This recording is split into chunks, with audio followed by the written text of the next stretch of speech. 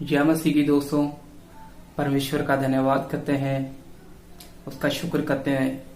उसका इतना बड़ा अद्भुत और इतनी बड़ी महान करुणा है।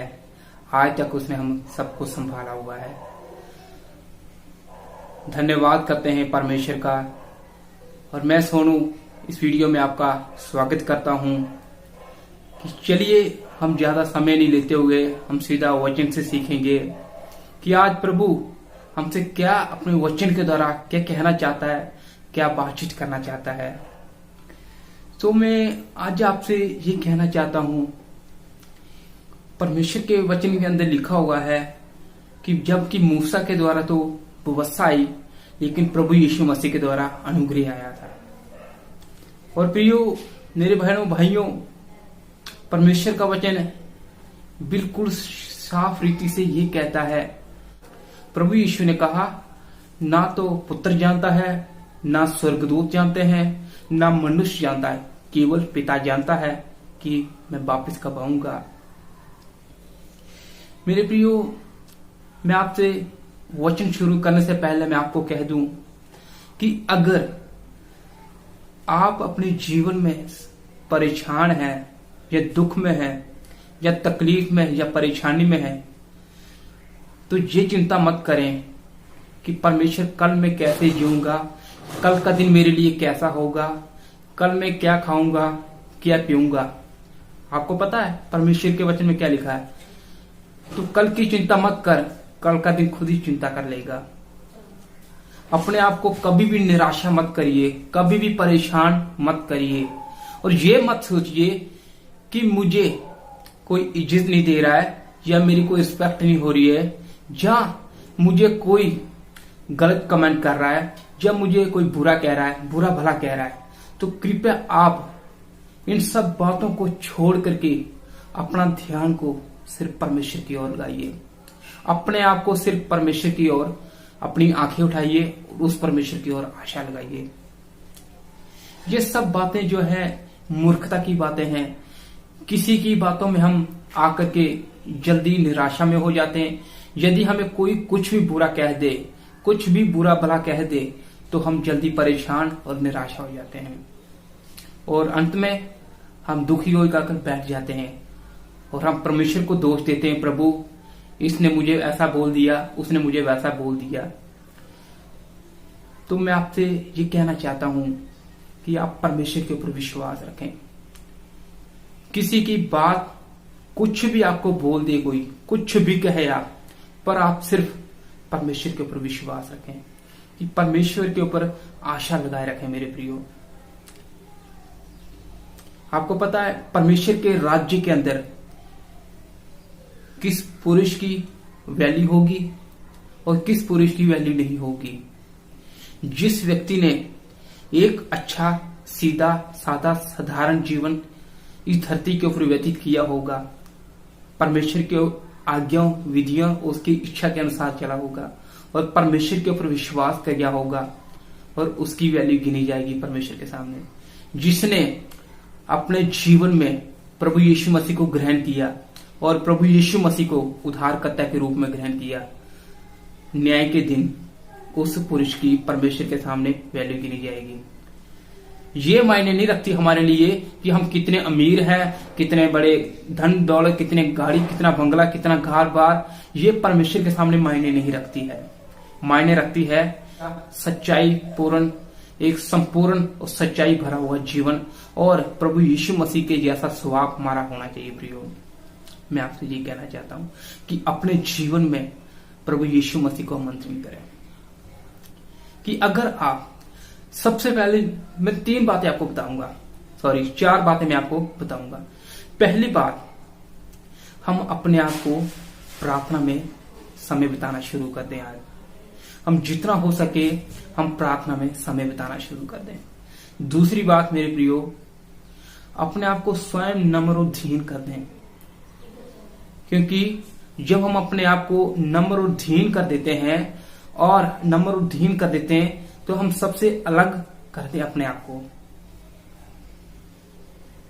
आप को सबसे अलग और नम्र और दीन करके रखें अपने जीवन को। तीसरी बात जो है, और वो ये है कि यीशु मसीह ने कहा जैसे मैं पवित्र हूं वैसे तुम पवित्र बनो।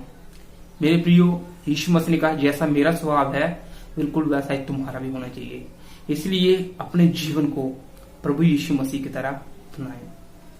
और चौथी बात, अंत में ये कहता हूं कि परमेश्वर के राज्य में एक ही बात का सिक्का चलता है और वो है विश्वास। जब तक आप परमेश्वर के वचन को नहीं सुनेंगे तो आपका विश्वास कैसे बढ़ने पाएगा। और इस करके हमें चाहिए इन सब बातों के साथ साथ हमारा विश्वास भी दृढ़ होना बहुत जरूरी है प्रियो। इस करके मैं आपसे यही कहना चाहता हूं, अपने आप को पवित्र करें और यीशु मसीह के जैसा स्वभाव बनाएं और अपने आप को शून्य और नम्र और धीन करके प्रभु यीशु मसीह के पास आ जाएं।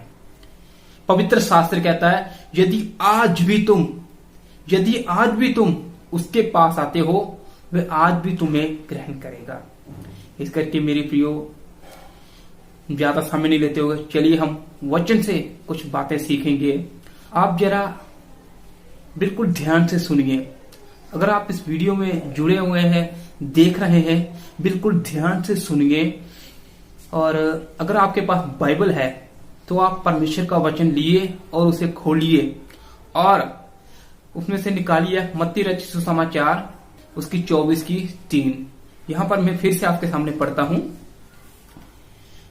जब वह जैतून पहाड़ पर बैठा था तो चेलों ने अलग उसके पास आकर कहा, हमसे कह कि ये बातें कब होंगी, तेरे आने का और जगत के अंत का क्या चिन्ह होगा। और 4 में लिखा हुआ है, यीशु ने उनको उत्तर दिया, सावधान रहो, कोई तुम्हें ना भरमाने पाए। यहां पर बात आती है अंत के दिनों के विषय में। तो एक दिन की बात है, यीशु के जमाने की बात है। यीशु मसीह और उसके चेले पहाड़ पर बैठे हुए थे। तो चेलों के मन में अलग एक विचार आया कि प्रभु यीशु मसीह, तू हमसे कह कि ये बातें कब होंगी, तेरे आने का और जगत के अंत का क्या क्या चिन्ह होगा। तो आपको पता है यीशु मसीह ने उनको क्या जवाब दिया। सबसे पहले क्या बात कही थी, यीशु मसीह ने कहा, सावधान रहो, कोई आपको गुमराह डिसेप्शन ना करने पाए, कोई आपको भरमाने ना पाए। यही सबसे इंपॉर्टेंट और महत्वपूर्ण पॉइंट जो था वो यीशु मसीह ने कहा कि आपको कोई भी गुमराह और भरमाने मत पाए। जब मिस्र देश से परमेश्वर की प्रजा इस्राएली लोग जो थे मूसा की अगुवाई में चलते हुए आ रहे थे, तो वो कनान देश में पहुंच गए। उसके बाद कितने लोग जो थे झूठे भविष्यवक्ता उठ गए थे और झूठे याजक उठ गए थे और इसराइलियों को झूठी शिक्षा दे रहे थे, भरमाने वाली बातें बता रहे थे। और कितने दुष्ट आत्मा जो थी वो इसराइलियों को परमेश्वर के विरुद्ध में लेकर के चली गई थी। इस करके मेरे प्रियो, मैं आपसे यही कहना चाहता हूं, आप मेरी बात मत सुनिए, मेरे जो मैं कह रहा हूं उस मत करिए, लेकिन आप कम से कम प्रभु यीशु मसीह की जो बात सुन लो कि प्रभु यीशु ने कहा कि अंत के दिनों में कि बहुत सारी भरमाने वाली बातें आएंगी और झूठे उपदेशक, झूठे भविष्यवक्ता खड़े होंगे, बड़े बड़े चिन्ह और अद्भुत काम दिखाएंगे, यदि हो सके तो चुने हुओं को भी गुमराह करेंगे। इसलिए कम से कम प्रभु यीशु मसीह की बात तो सुन लो कि यीशु मसीह ने कहा कि बहुत सारे भरमाने वाले होंगे और बहुत सारे गुमराह किए जाएंगे। और लास्ट में ये कहना चाहता हूं, बाइबल कहती है कि जो अंत तक धीरे धरता रहेगा उसी का उद्धार, उसी की मुक्ति होगी। इस करके मेरे प्रियो, परमेश्वर का वचन यह हमें कहता है कि सावधान हो जाएं। हम अपने आत्मिक जीवन के विषय में सोचें और समझें। जरा हम जिस संसार में रहे हैं और हमारा जीवन जो है किस प्रकार का है, क्या हम आगे हैं उन भरमाने वाली बातों के बीच में। आज बहुत सारी झूठी शिक्षाएं, बहुत सारी भरमाने वाली बातें जो है वो बढ़ बढ़ करके, घर घर करके बताई जा रही हैं।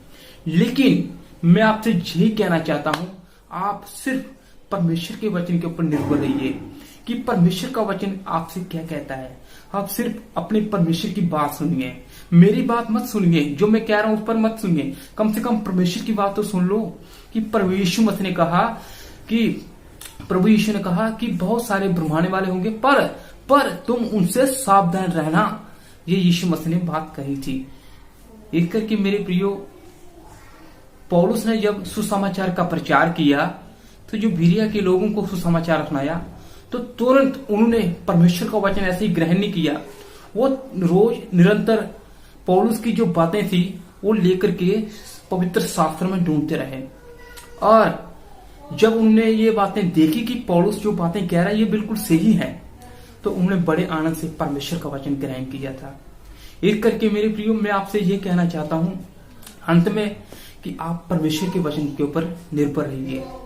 और यीशु मसीह ने कहा कि सावधान रहो, कोई आपको गुमराह, कोई आपको भरमाने मत पाए। मेरा कहने का मतलब यह है मेरे प्रियो, आप किसी की बात सुनने से, मैं आपको ये नहीं कह रहा हूं आप किसी की बात मत सुनिए। आप अपने पास्टर की, अपने अपोस्टल की, अपने किसी भविष्यवक्ता की बात सुनिए, पर उसकी तुलना जो है वो आप पवित्र बाइबल से करें। क्या जो भविष्यवक्ता, अपोस्टल या पास्टर जो कह रहा है, क्या ये बाइबल के अंदर लिखा हुआ है या बाइबल के बाहर से बोल रहा है? मेरे प्रियो, जो बाइबल के अंदर लिखा है उस पर आप निर्भर रहें, और जो बाइबल आपको कहता है उस पर निर्भर रहें। इस करके परमेश्वर का वचन हमें ये कहता है, सावधान हो जाएं। प्रभु यीशु मसीह ने कहा कि जागते रहो और प्रार्थना करते रहो। इस करके हम निरंतर अपना समय जो है वो प्रार्थना में बिताना शुरू करते हैं।